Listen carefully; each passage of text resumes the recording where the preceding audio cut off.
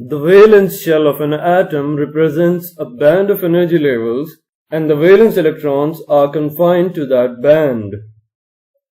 When an electron acquires enough additional energy, it can leave the valence shell, become a free electron, and exist in what is known as the conduction band. See this figure over here.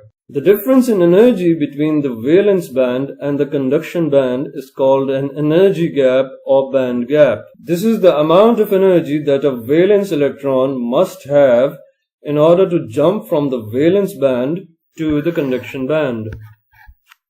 Once in the conduction band, the electron is free to move throughout the material and is not tied to any given atom.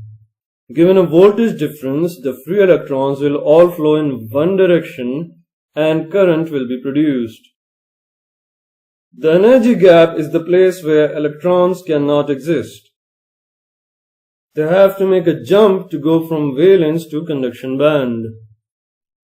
As you can see from the figure, for insulators, the gap can be crossed only when breakdown conditions occur, as when a very high voltage is applied across the material. Why? Because this band gap is very large. In semiconductors, the band gap is smaller, allowing an electron in the valence band to jump into the conduction band if it receives energy.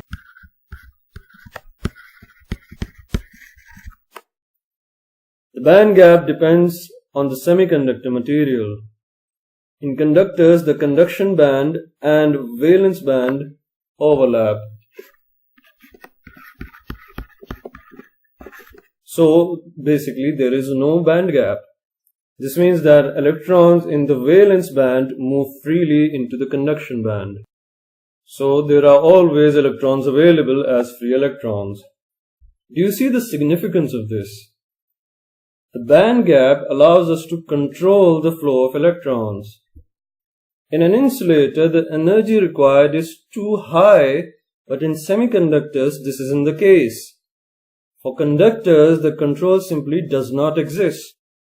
It is this control that allows semiconductors to be used in a variety of applications, such as amplifiers, switches, regulators, etc.